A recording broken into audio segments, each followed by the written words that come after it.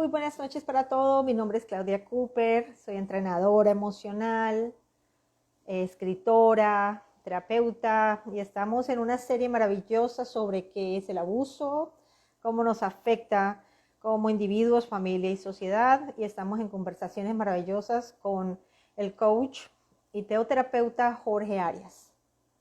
Vamos a dar la invitación a Jorge en este momento para que nos acompañe para otra maravillosa conversación. Hola, muy buenas tardes, buenas noches a todos, donde quiera que estén. Buenas noches. Hola, Claudita, ¿cómo te ha ido? Bien, qué lindo verte. Gracias de nuevo por estar aquí con nosotros. Igualmente, gracias por invitarme nuevamente. Aquí estamos listos y dispuestos pues, a que tengamos esta conversación de esta noche que va a ser fantástica. Amén. Hemos tenido bastantes personas escribiéndonos y hablándonos sobre los temas, el tema que conversamos la semana pasada, y es chévere, muy chévere poder servir de esa manera. Muy Qué bien. bueno, me alegra. Ay, tan lindos. Irene, Patrick, bendiciones, besitos para CHM Minería, los amamos. Muy bien, vamos a continuar, Jorge, en el tema de abuso, ¿cierto? Estamos hablando de cómo nos afecta el abuso como individuos, como familia y como sociedad, ¿no? También estamos hablando de las diferentes clases de abuso, que no solamente es el sexual, pero también es el financiero, el emocional, el espiritual, que estamos hablando de diferentes partes. Hoy me gustaría que conversáramos sobre límites, cómo colocar límites sanos y también dar como ejemplos de poner, a veces creemos que estamos poniendo límites y lo que estamos es poniendo conflicto. Por ejemplo, la persona que yo quiero o el novio que yo quiero, la novia que yo quiero no me llama, entonces uno lo coge el teléfono y lo insulta. Ah, sí, degenerada, a mí no me la vas a hacer, a mí me respetas, ¿ya?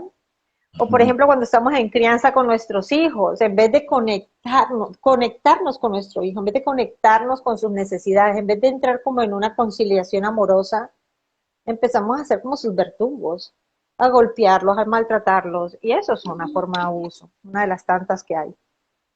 Así es.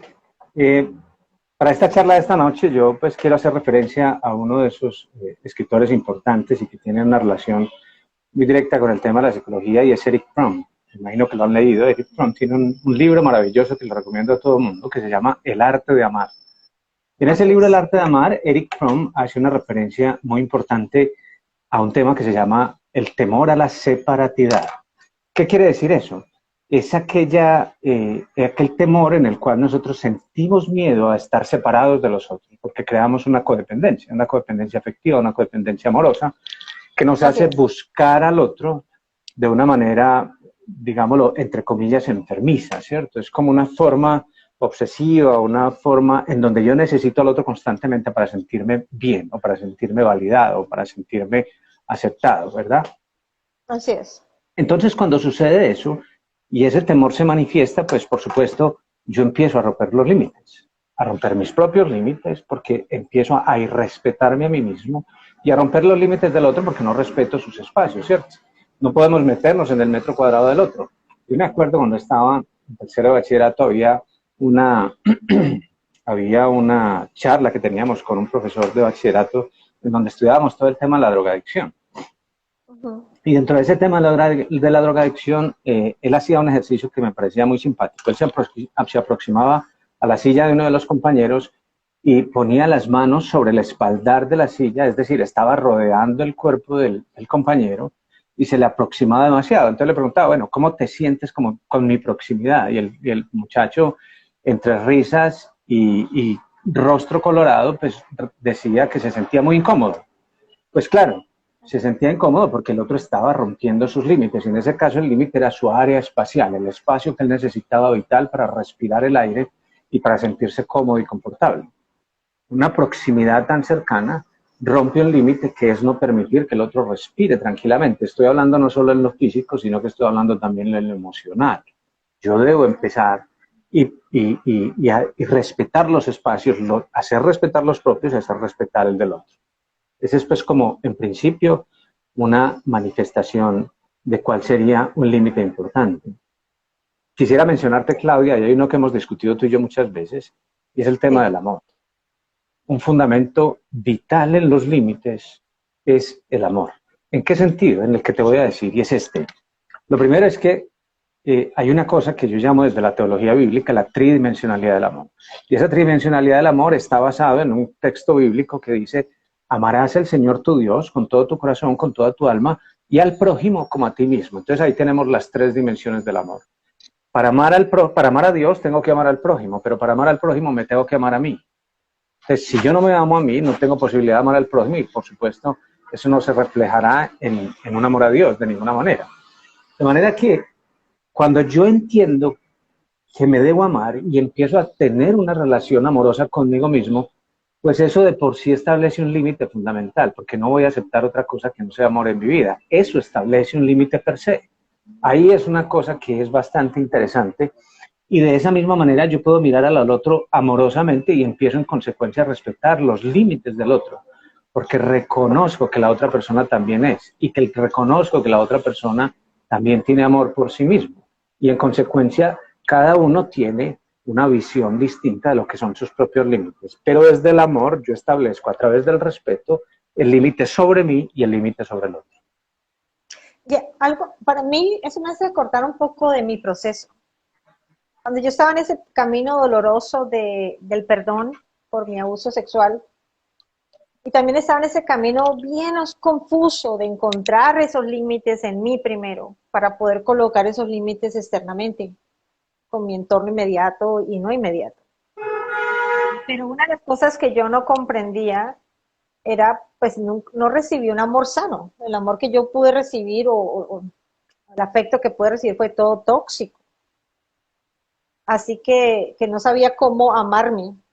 Pero cuando empecé, por ejemplo, a explorar el concepto de mí, de Dios y mi relación con Dios Padre, el hecho de que alguien me dijera: Dios te ama, Dios es amor, Dios te acepta, Dios te creó, Dios te bendijo antes, con todas las bendiciones antes de tú nacer en esta tierra. Ese hecho de que a mí me ama un ser superior a mí, mi creador, me ayudó muchísimo para aprender a amarme a mí misma. Me ayudó muchísimo para empezar ese caminar. ¿Por qué? Porque no tenía bases de unos padres amorosos ni de hermanos amorosos tampoco. O sea que me tocó como llegar al cielo, a tocar la puerta y decir: hey, edúqueme, que no sé cómo se hace esto. Acuérdate que habíamos mencionado en la charla pasada sobre esa confusión del referente afectivo en relación a nuestros padres, que generalmente somos de familias disfuncionales. Entonces, cuando vemos toda esa agresión entre ellos, que es un estilo de vida, entre otras cosas, porque pues eso es lo que tienen para dar, no hay otra cosa que puedan dar, eso fue lo que aprendieron de sus antepasados y no les podemos echar la culpa, pero igual nosotros recogemos todo eso y empezamos a actuar de la misma manera. Entonces entendemos o creemos que una relación afectiva se establece a través del maltrato, del golpe, del grito, de la verbalización con insultos, la minimización del otro, etcétera, etcétera. Pero cuando empezamos a hacer conciencia, pues ahí es donde empezamos a considerar que las cosas no son de esa forma, y eso empieza a establecer un marco en donde yo defino ya de por sí, apenas tengo esa claridad mental, unos límites que me ayuden a poder sobrellevar las relaciones a través del mundo y del camino hasta el día de la muerte. Así es, hay tanta, de pronto, irresponsabilidad en la manera en que hablamos, ¿no? A nosotros mismos y a los unos a los otros también. Estaba el otro día limpiando el patio de mi casa y escuché a mi vecina decirle a su nietecito como de 4 años o 3 años que por él haberse portado mal, Satanás iba a venir, el demonio, el diablo iba a venir por la noche a llevárselo. Y yo digo, sí. Oh, por favor, ¿qué estamos alimentando en esa cabecita? Y el niño le decía: te odio, y la abuelita le decía: pues yo te amo, y el demonio va a venir a llevarte al infierno esta noche porque te portaste mal. Terrible. Es absurdo. O sea, ¿cómo ese niño va a poder tener una relación consigo mismo, por ejemplo? Sí, es muy difícil porque en él? Es muy difícil. Acuérdate lo que decíamos en la charla pasada, que hablábamos que habían dos elementos, sobre los cuales edificábamos la vida. Uno era el amor, que lo acabamos de mencionar, que es la esencia espiritual por excelencia, y el otro es el miedo, que el miedo es el otro elemento que aparece en la vida del ser humano. Muy bien, entonces nos desarrollamos en el mundo a partir del amor o nos desarrollamos en el mundo a partir del miedo. Y por supuesto, el primero pues nos traerá una vida de alegría, de felicidad y tranquilidad y de paz y de unas relaciones excelentes con el mundo entero, porque desde el amor, no desde el que voy a recibir, desde el que yo soy capaz de dar. Esa es una gran diferencia que lo debemos tener en consideración, que es vital. Y el otro es el miedo. El miedo es, yo hago sentir miedo o yo siento miedo, ¿cierto? Y entonces de esa manera establezco las relaciones. Para que me quieran, yo le meto miedo al otro, o para que me quieran, yo tengo que tener miedo del otro. Ojo con eso, hay que tener claridad de que no es de esa manera como se desarrolla una relación sana y se establecen unos límites sanos. Y el miedo es algo que todos los seres humanos necesitamos, ¿no? Para alertarnos, para tener cuidados, muchas cosas. Pero cuando nos quedamos en el miedo, cuando nos quedamos en la disfuncionalidad, cuando nos quedamos, por ejemplo, los ataques de pánico y ansiedad, es sentirnos en un peligro constante cuando no está pasando nada. Es sentirnos que estamos como si estuviéramos dentro, pues estoy poniendo un ejemplo cualquiera, como si estuviéramos dentro de un avión en picada que se está cayendo. Y uno siente toda la angustia y toda la frustración y el dolor y el pánico y el miedo, y uno está realmente tomándose un café en la casa. Pero por dentro están pasando cosas muy, muy, muy malas. Yo creo que es importante entender que sí, que tenemos que empezar a participar con nuestro ser interior y exterior desde el amor, pero también es muy importante, Jorge, enseñar cómo amarnos. Es tan fácil cuando yo iba a los psicólogos y a los terapeutas para solucionar mi abuso sexual, me decían, ámese. Y yo, bueno. Y entonces, ¿cómo se hace eso si no recibe amor? O no recibe un amor sano. Y respétese, y valórese, y por favor, no se deje, ponga límites. Y yo ni sabía cómo amarme, ni sabía cómo respetarme, ni sabía cómo...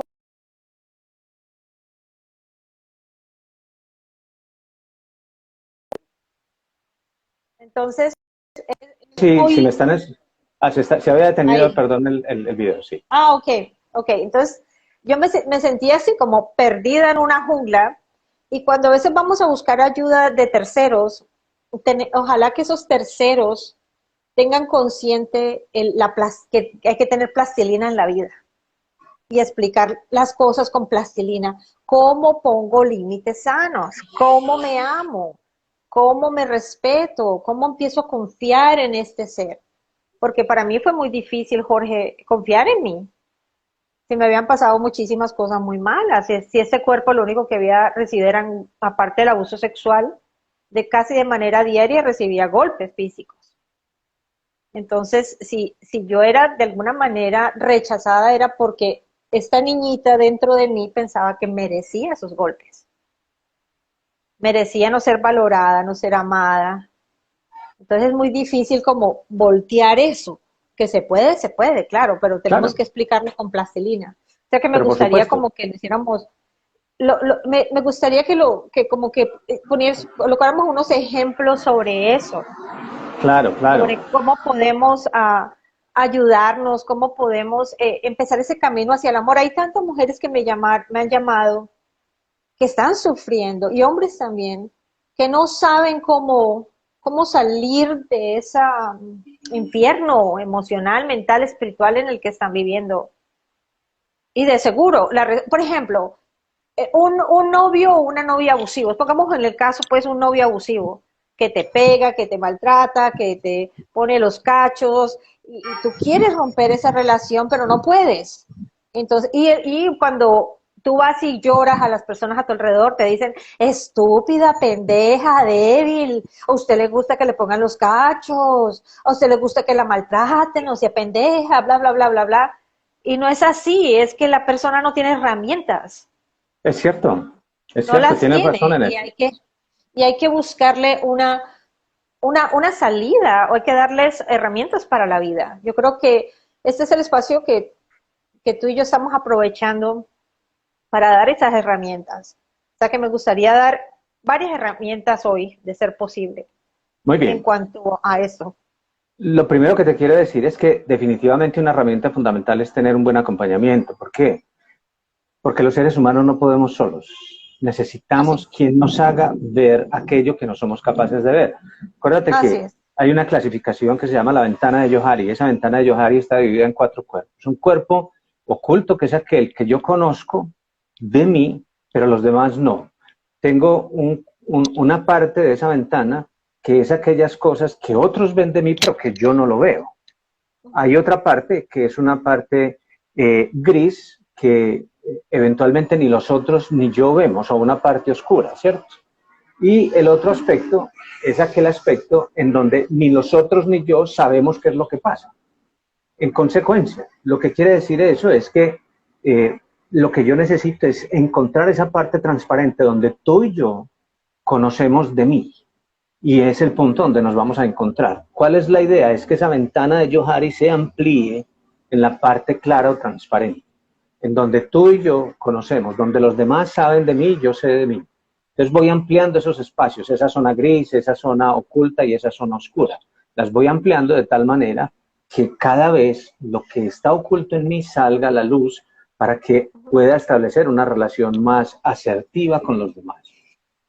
Hay un tema que me parece importante, Claudia, con relación a establecer límites. Tú sabes que yo soy administrador de empresas y como administrador de empresas, pues obviamente tengo que mirar también la vida como un concepto empresarial. La primera parte de la vida que yo tengo que administrar es la mía, no la de los demás, la mía. Y para administrar mi vida, una de las cosas que tengo que tener claras es cuáles son mis objetivos y propósitos. No los de los otros, los míos, los míos. Es decir, qué quiero para el mundo, qué quiero lograr, qué es lo que me hace feliz, hacia dónde quiero llevar mi vida. Ese es un límite fundamental. Establecer un objetivo claro, un propósito claro de vida, de tal manera que me permita a mí tener una visión hacia el frente, hacia el futuro, decir, allá es donde yo quiero llegar. ¿Qué va a pasar con eso? Que yo voy a diseñar unas tareas, voy a diseñar unas pequeñas metas, voy a diseñar o voy a hacer una cosa que nosotros llamamos un cronograma o un plan de tareas, que voy a empezar a ejecutar para llegar a ese propósito final. Todo lo que me aparte de ese camino es algo que no debo tener en mi vida. ¿Por qué? Porque no me apunta al objetivo. A menos que dentro de ese proceso yo reevalúe que mi objetivo ya no es ese, sino que es otro completamente distinto, porque es perfectamente viable de que si yo en el curso del tiempo pasan algunas cosas extraordinarias, pues modifique mi objetivo. Pero finalmente el objetivo tiene que ser algo claro, algo concreto, algo medible, algo lograble, que sea realista y en consecuencia todo eso se convierte en un límite fundamental. Entonces cuando yo tengo claro el objetivo y voy haciendo el camino hacia el objetivo, todo lo que me quiera apartar de ese camino hacia mi objetivo es algo que yo no debo admitir. Eso es un límite fundamental. Bueno, entonces aquí saquemos la plastilina y las bolitas y los palitos de colores. Cuando las personas están sufriendo o cuando estamos en una posición, una situación de sufrimiento, ver las cosas con objetividad y claridad es bien difícil. Y una herramienta emocional, basándome en el ejemplo que acabas de poner a nivel administrativo, escojan un lápiz y un papel y escriban cómo se sienten. Eso te da una perspectiva, te permite ver desde de adentro hacia afuera. Escriban cómo se sienten. Me siento mal, horrible, siguiendo con el ejemplo del novio que él pone cachos, porque las mujeres también lo hacen, pero estamos utilizando un ejemplo de hombres, que le está infiel, me siento mal cuando él me es infiel, me siento así. Por ejemplo, una de las cosas que yo hablo mucho con mis pacientes es, la infidelidad no es tu culpa, o no es tu problema, es el problema de la persona que lo hace.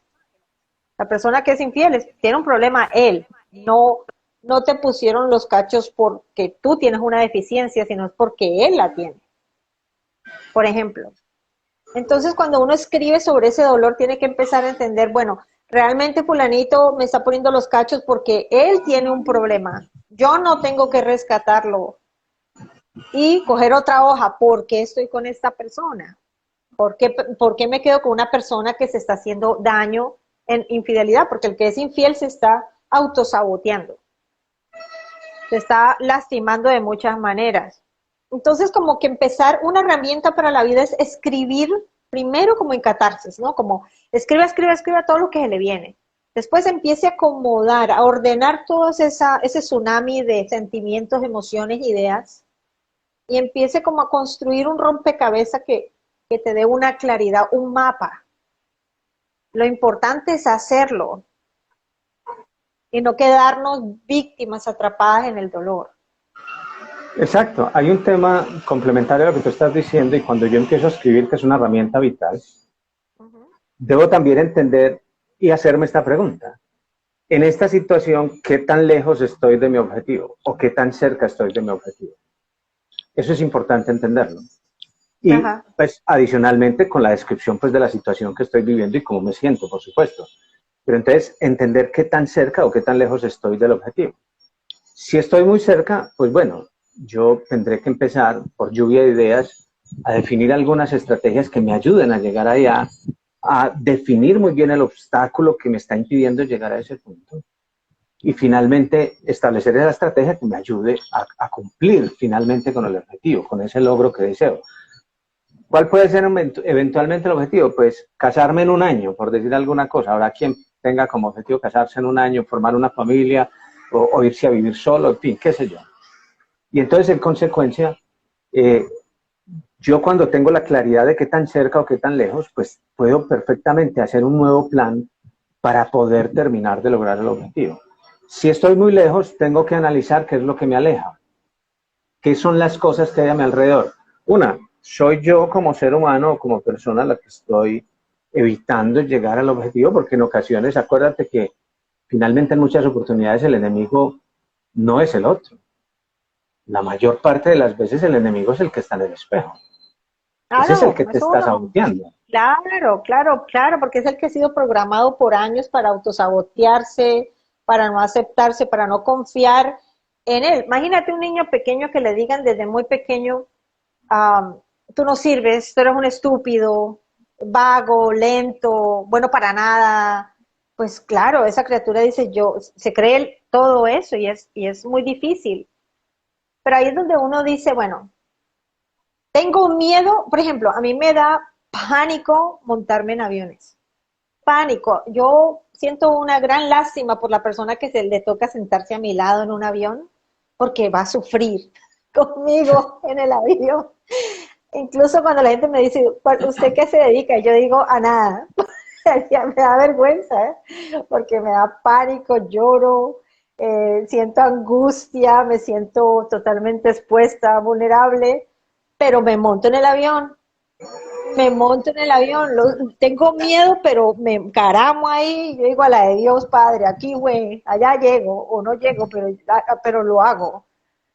Que eso es como lo importante, ¿no? Enfrentar nuestros miedos, no quedarnos paralizados, porque caminamos un camino de seguro que no me va a salir el puesto en el banco, de seguro que no me voy a casar, es que seguro que si llamo a esta muchacha que me gusta o este muchacho que me gusta, de seguro que me va a mandar a la ñoña, de seguro que tal y tal cosa, esto no va a durar. O hay una frase que me parece muy chistosa de autosaboteo de las personas que llegan a mí, es, estoy saliendo con alguien, pero y me encanta salir con esa persona, y ya fuimos de paseo, pero esa persona no es. Y yo le digo, ¿y tú por qué haces con una persona que tú sientes que no es? Ah, no, pues me encanta, me fascina, habla muy sabroso, es muy divertida, pero no es. Entonces uno está en el trabajo que no es, con la pareja que no es, en el país que no es, en la ciudad que no es, haciendo las cosas que no son. Eso es como buscar con el mapa de Medellín un restaurante en Tokio, pues. Sí, claro, estamos de acuerdo. Es una pérdida de vida y de tiempo. Absolutamente de acuerdo, absolutamente de acuerdo. Esta mañana me pasó una cosa muy simpática con un paciente que me decía, mire, es que a mí nada me sale, yo he intentado todo, pero nada me sale. Yo salgo a la calle, yo busco, yo emprendo, yo hago aquello y lo otro, lo demás allá. Y bueno, le dije, bueno, y entonces empecemos a descubrir por qué razón no te sale nada de lo que pretendes y lo que deseas. Ah, no, es que yo sí tengo muy clara cuál es la realidad. Yo, ¿cuál es la realidad? Entonces empezó a explicarme lo que le estaba diciendo, que es que yo veo otras personas que progresan, yo hago lo mismo, yo creo en Dios y le creo a Dios y en particular veo otras personas que no le creen y les va mejor y progresan y todo lo demás. Y le digo, bueno, pero es que usted tiene un problema, está mirando el vaso medio vacío, por una parte, en principio. Lo segundo es, bueno, ¿quién es responsable de todo lo que te está pasando? No, pues es que, pues yo la verdad no sé. Yo, bueno, entonces tenés un problema porque entonces no sabes de dónde viene el problema. Lo segundo es, ¿qué estás esperando para resolverlo? No, es que la gente no le ayuda a uno. Siempre tengo dificultades y la gente me mira pues como si yo fuera quién sabe qué y cada que me les aparezco es como si les llegara un problema. Y yo le dije, exacto, es verdad, ese es el problema, que estás mirando quién te resuelva el problema. Y el problema lo tienes que resolver eres tú. No lo puede resolver nadie más. No te va a aparecer un superhéroe que te va a rescatar de esa situación. Eres tú el que tiene que resolverlo. Eres tú el que tiene que asumir la responsabilidad de tu vida. Nadie lo puede hacer por ti. Claro, Entonces, no esperes que te llegue nadie a resolver tu problema porque lo tienes que resolver tú mismo. Ah, pero es que exacto. yo siempre... ¿Cuál es el problema fundamental? Dígame, a ver, ¿cuál es su situación? No, es que yo salgo todos los días. Bueno, empieza a sincerarse consigo mismo porque hay un problema adicional con el tema de los límites, Claudia, y es que en principio nos estamos metiendo mentiras nosotros mismos. Esta mañana en ese ejercicio que hicimos con este muchacho, él pudo reconocer que ha estado metiéndose mentiras y que le ha estado metiendo mentiras al mundo entero. Que nada le sale, no, mentiras, está en su zona de confort. Él quiere que nada le salga porque no quiere esforzarse. Que le va mal, no, no le va mal, le está yendo mal porque no estás haciendo el esfuerzo, no estás haciendo lo que se necesita. Por una razón simple, estás muerto del miedo. Lo que tú decías ahora, estás muerto del miedo y no estás enfrentando tu miedo. No estás haciendo que las cosas pasen por miedo. Él me decía, sí, usted tiene razón. Yo cuando salgo de la casa a vender mis productos, tengo un problema y es que yo ya salgo derrotado, salgo pensando que no voy a poder vender. Ahí está, ese es tu problema. Y entonces, ¿qué vas a hacer para resolverlo? Claro, mira Jorge, que por muchísimos años, como yo sufrí de tanto rechazo familiar, por muchísimos años yo me daba pánico entrar a la casa de alguien familiar o conocido porque yo decía, yo soy un problema, yo no soy agradable, yo no soy una persona que va a inspirar un buen momento, porque me había metido en la cabeza que yo era un problema, alguien desagradable. Incluso cuando alguna hermana me solía visitar, las otras hermanas llamaban y decían, ay, ¿cómo puedes estar en la casa de Claudia? Es muy horrible. Entonces, eso a mí me ponía muy mal, obviamente. Yo empezaba a buscar en el espejo cachos, o de pronto alguna deformación física, quién sabe qué, que porque era espantoso. Pero claro, yo con el tiempo yo empecé a entender, forzándome, eso no llegó así de la nada, sino que forzándome, empecé a entender de que si yo pienso que soy un problema, que si yo pienso que la gente no me va a querer, que si yo pienso que no voy a llegar para hacer bendición, sino maldición, literalmente eso pasa. Porque somos lo que pensamos, ¿sí? Lo que pensamos vibramos, atraemos, creamos. Pero si uno empieza a decir, yo soy una persona linda, yo soy una persona linda, yo soy una persona linda, ahora mucha gente me lo dice porque yo me lo digo, porque yo me lo creo. Yo soy una persona agradable, yo soy capaz de hacer, yo soy capaz de lograrlo. Le tengo pánico a los aviones, pero yo me voy a montar en eso y me va a ir bien. Y pobrecito por los que me toquen al lado, a orar por ellos, pero bueno, ahí vamos. Sí, o sea, es como cambiar la manera, dejar de darnos látigo, cambiar la manera negativa de vernos, autodestructiva de vernos. Hoy voy a vender, hoy voy a vender, hoy me va a ir bien. Hoy es el día, o sea, cuando alguien me llama, eso lo aprendí de la pastora Luz Darín, cuando uno la llama a ella, ¿cómo está pastora? Ah, bendecida, prosperada y en victoria. Al principio para mí era difícil decir eso, me parecía un poquito como que hasta raro, pero ahora lo repito y lo repito y lo repito y me siento empoderada. Claro, eso es lenguaje positivo. Mira, por ejemplo, contando mi propia experiencia, mi Ajá, dificultad mayor fue establecer relaciones afectivas con las mujeres. No porque no ajá. me gustaran, sino porque me daban miedo, me daba Uh-huh. pánico. Yo a mis 17 tenía una novia que nunca supo que era mi novia. ¡Ay, Pues, qué belleza! mire, yo cantaba una canción que cantaba un señor que se llamaba Juan Gabriel, que supuestamente murió, que decía yo no nací para amar y yo la cantaba a todo pulmón. Estaba creando en mi mente una idea y una creencia de que yo no había nacido para amar. Por eso, desde que cogí conciencia, desde que tomé conciencia, empecé a vigilar lo que estaba escuchando de música en mi vida. Escuchaba música de pura melancolía, música de pura tristeza, música de alguna manera de despecho romántica, que me hacían considerar y me reforzaban la idea de que yo no nací para amar y que yo no nací para establecer relaciones. Era un hombre supremamente tímido. Bueno, todavía lo soy, se me nota un poco, ¿verdad? Entonces, sí, total. Imagínate una tusa para un pobre hombre que no nació para amar, que de pronto consiguió una novia que lo quiere y que de pronto la novia se cansó de esperar de ese hombre lo mejor y resulta que ese hombre por miedo nunca dio lo mejor de sí, entonces lo dejó y empezó la tusa y la tusa la pasa con una canción por ahí de música popular que dice y por tu culpa allá en el cementerio en una cruz de palo mi nombre se verá, pero Dios mío bendito, ¿qué es eso? ¿De qué estamos hablando? La idea es, estamos reforzando una mentalidad negativa. Entonces ahí tenemos que poner un límite. Límite a cuál es el lenguaje con el que me estoy hablando y debo transformar ese lenguaje y un límite al lenguaje que yo permito que entre a mí desde afuera y que me afecte adicionalmente. Y obviamente eso es lo que yo voy a empezar a proyectar hacia afuera, hacia los demás. Entonces, lo que les decía la vez pasada, si yo tengo una postura encorvada, como asemejándome al feto que está dentro del vientre, pues así me van a percibir. Pero si yo me levanto la cabeza, miro hacia adelante y empiezo a sentirme bien conmigo mismo y a sentirme orgulloso de mí, pues me van a empezar a percibir. Esa postura de por sí marca un límite fundamental y la gente me va a empezar a mirar con cierto respeto. Y es muy importante entender que nada pasa así, que es una práctica constante, practicar. No, así no se lo crea uno.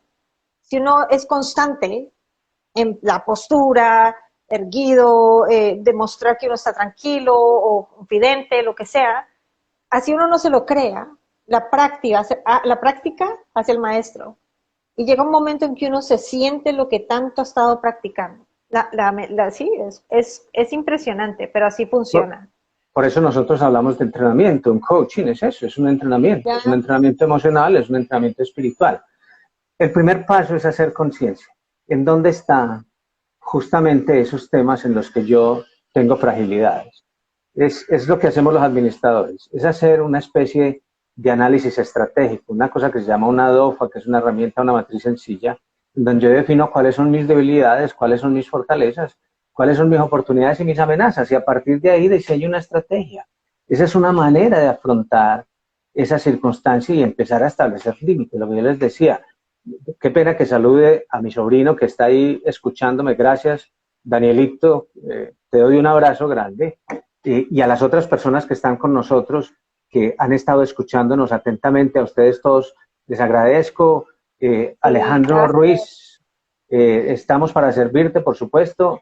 La función nuestra es esta, es llevar conocimiento emocional.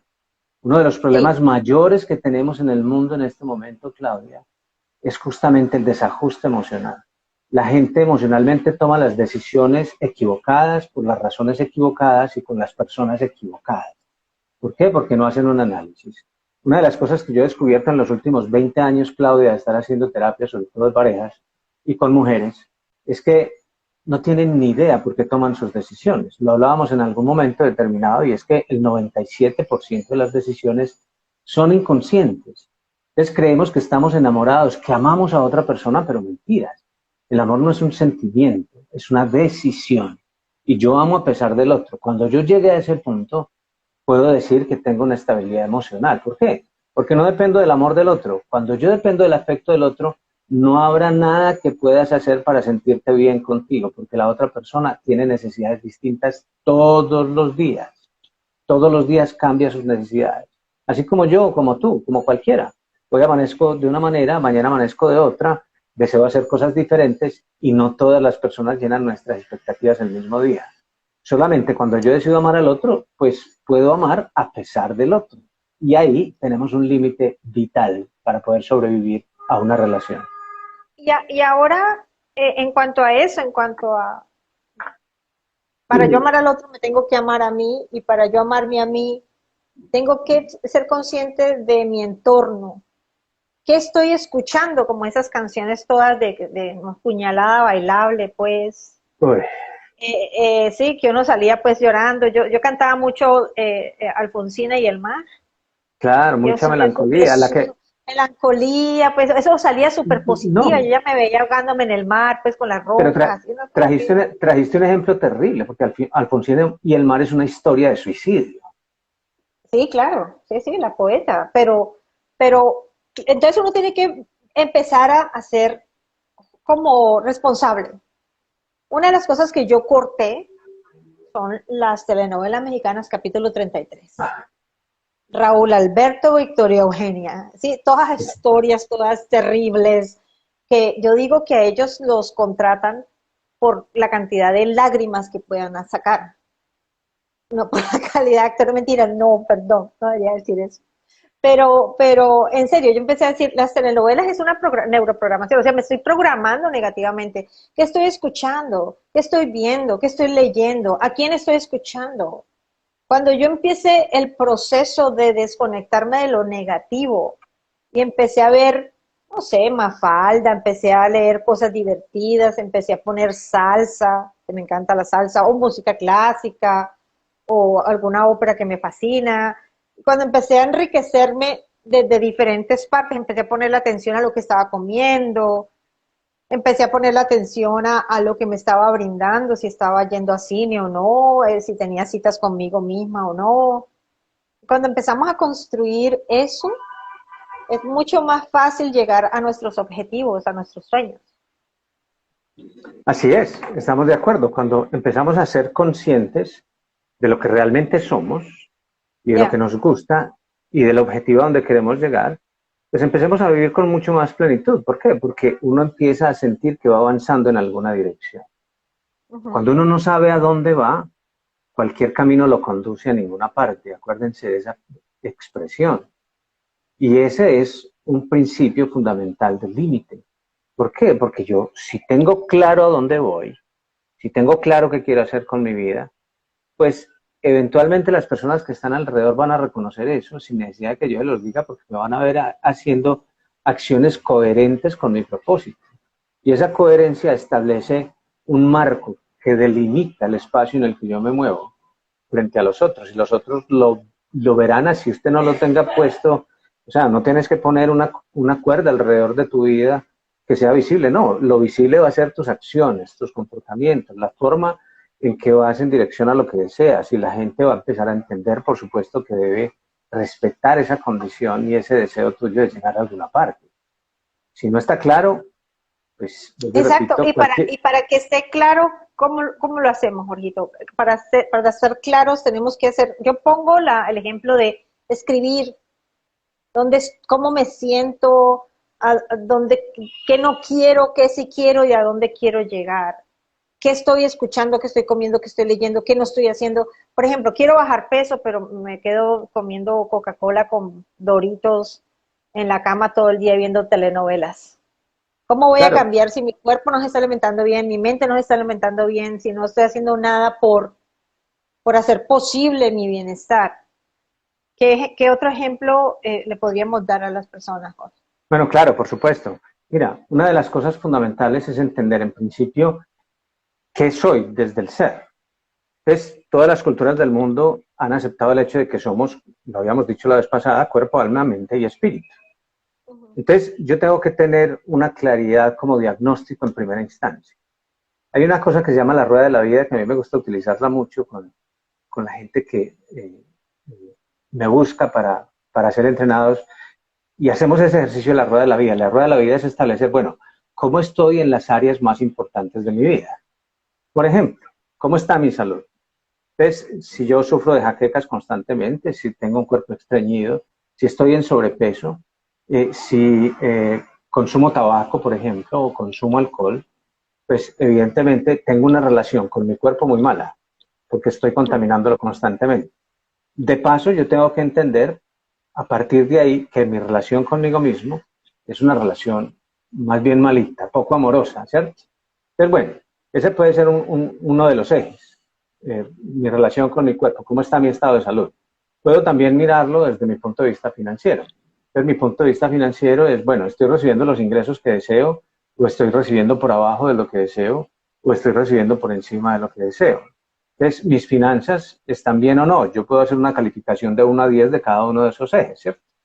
Por eso se llama la rueda. Entonces, ya vamos mirando la dinámica. Al final de evaluar más o menos unos 8 o 10 ejes fundamentales de mi vida, entre los que considero la salud, las relaciones familiares, el trabajo, la parte intelectual, cómo me estoy alimentando intelectualmente, la parte espiritual, cómo están mis relaciones de perdón, de amor, de misericordia, de generosidad, esos elementos que son fundamentales dentro de la espiritualidad, y yo evalúo todos esos elementos de 1 a 10 y luego trazo una línea que une esos puntos. Entonces me voy a dar cuenta que se forma, generalmente es algo amorfo, porque al menos en alguna de esas tenemos una calificación por debajo de 5. Entonces, ¿cómo sería una rueda de un vehículo? O cómo sería un vehículo rodando con una rueda que estuviera bajita? Yo les pregunto a ustedes eso. Por supuesto, lo que podría pasar allí es que el vehículo pues, empieza a tener muchos problemas, primero de emoción y después es que empieza a desajustarse por todas partes. Entonces, lo que yo hago en ese sentido es empezar a definir una estrategia para mejorar aquellos aspectos de mi vida, de esa rueda de la vida, que necesitan mayor atención. Si yo defino que lo que necesita más atención es mi parte financiera, pues bueno, entonces tengo que diseñar un plan para resolver mi parte financiera. Si yo veo que mi cuerpo está en una condición mala, entonces tengo que empezar a establecer una estrategia para resolver el tema de mi cuerpo, cómo le ayuda a mi cuerpo a que esté mejor. Entonces el ejercicio, defino cómo hacer ejercicio para activar mi metabolismo, empiezo a trabajar la respiración, bueno, muchas otras cosas que podremos hacer por el cuerpo. Y así sucesivamente con cada uno de esos ejes. En ocasiones resolviendo 2 o 3, resuelvo los otros, porque los unos ayudan a que los otros se resuelvan. Eso es lo que se llama un Pareto. Con el 20% puedo ayudar a resolver el 80% del problema. Okay. Entonces, ahí tenemos una estrategia que nos puede ayudar. Una herramienta para la vida. Quizás para algunas personas escuchar que hay que hacer eso, porque para mí alguna vez lo fue. Yo decía, es demasiado, yo no voy a ser capaz, yo como hago todo eso, yo como me organizo en todas esas áreas que están intrínsecas, ¿no? Las unas están conectadas a las otras. Yo no voy a ser capaz, era una de las cosas que yo me decía, pero poco a poco, día a día, minuto a minuto, se logran. Lo importante es arrancar. Si tú te maltratas mentalmente y te dices tonta, estúpida, asquerosa, etcétera, etcétera, pues si te dices 10 cosas malas, dite una buena. Y después, más tardecito, dite 2, y más tardecito, dite 5 y 6, hasta que superes las 10 malas con 20 buenas. Claro. Lo importante es arrancar. Es un asunto de logros, por ejemplo. Algún general norteamericano le decía, ¿cómo puedo lograr empezar a tener buenos resultados en mi vida? Y él decía una cosa muy sencilla. La primera forma de hacerlo es tender tu cama en la mañana. ¿Y cómo puedo yo tender mi cama en la mañana y resultar que eso es algo bueno? Porque resulta ser que si en el curso del día resulta que no lograste más nada bueno, cuando llegues al final del día y miras tu cama te vas a dar cuenta que hiciste algo bueno. Pues ese es un principio. Pequeñas cosas van haciendo las grandes cosas. Acuérdate que la vida es un asunto de cosas simples. Es un cúmulo de pequeñas cosas. Cuando nos ponemos metas muy grandes o cuando deseamos resolver todo en una sola, pues nos vamos a encontrar con muchas dificultades. Lo que yo le digo a las personas que vienen a mí es que hay que vivir un día a la vez. Yo no puedo vivir toda la vida en un instante. Tengo que hacerlo un día a la vez. Cada instante a la vez. Tengo que resolver cada cosa a la vez. Hay una frase que dice por ahí muy popular, divide y vencerás. Si yo tomo todos los problemas y los quiero resolver de una vez, pues se me va a hacer un trauma enorme en la cabeza queriendo resolver todos mis problemas al mismo tiempo. Tengo que empezar a tomar, priorizando y tratar de resolver uno a uno. No es sencillo asumirlos todos porque son demasiados frentes. Y se te vuelve un problema o un asunto caótico. Y ahí te pierdes, ahí te pierdes. Así es. Así es, bueno, creo que este tema tiene mucha tela que cortar, bastante amplio. Ojalá podamos repetir algo de estos temas el próximo mes para que por favor nos acompañe, sería un honor. Pero sí, creo que si resumimos esta conversación en este momento, lo importante es arrancar, hacer algo positivo por nosotros, así sea una sola cosita al día. Y no perder como la fuerza y la constancia. También me gusta mucho lo que tú explicas del círculo de la vida, es decir, La rueda de la vida, Claudia, sí. la rueda de la vida. Me parece muy interesante porque cubre diferentes aspectos de tu vida y si le brindamos un momento a cada pedacito al día, así sea un pedacito cada día, vamos a aprender, en un mes vamos a aprender muchísimo de nosotros mismos. Vamos a tener más fuerza, vitalidad para enfrentar el resto de nuestra vida. Y lo lindo de todo esto, en mi experiencia personal y como terapeuta, es que apenas empezamos, la vida es tan misericordiosa y tan generosa y el Padre Celestial es tan maravilloso que se empiezan a alinear las cosas para que ese camino de sanación empiece a ser fácil, posible, para que lleguen las personas idóneas, para que lleguen los apoyos idóneos, para que lleguen las canciones que sí nos van a motivar, para que lleguen las películas que sí nos van a nutrir. Nos alejamos de toda la gente suicida, de los cantantes, mis hijos que son austrocolombianos, ellos no entienden, me dicen, pero mamá, usted como, mi hija, especialmente Ana, dice, mamá, yo no entiendo, usted cómo puede escuchar esas canciones tan horribles, ¿sí? Como yo soy rebelde porque el tiempo y sin razón, no sé, esa canción de Yo soy rebelde, dije, por favor, una Claro, cantidad de canciones claro, claro. horribles, o yo no nací para amar, por ejemplo, pues, Por pucha, ejemplo, ¿cómo es que yo no nací para amar? ¿cómo me niego al amor? Imagínese. Y hay una cosa en eso, Imagínese. Claudia, hay una cosa en eso, Claudia, que es muy importante, que es un elemento vital. Una de las cosas que nos retienen a los seres humanos para lograr nuestro potencial es no sentirnos amados por nadie, es sentir que la gente que hay alrededor no le importamos, es sentir que las personas realmente no nos quieren y no les damos la talla, no satisfacemos en nada, lo que nosotros hacemos no vale la pena para ellos y en consecuencia eso nos desmotiva. Ahí tenemos un problema grande porque es que si yo me estoy fijando qué están diciendo los otros al respecto de lo que yo hago y siempre estoy esperando ser validado, pues nunca voy a dar la talla. Eso es lo primero. Entonces, miren, hay una cosa que es vital.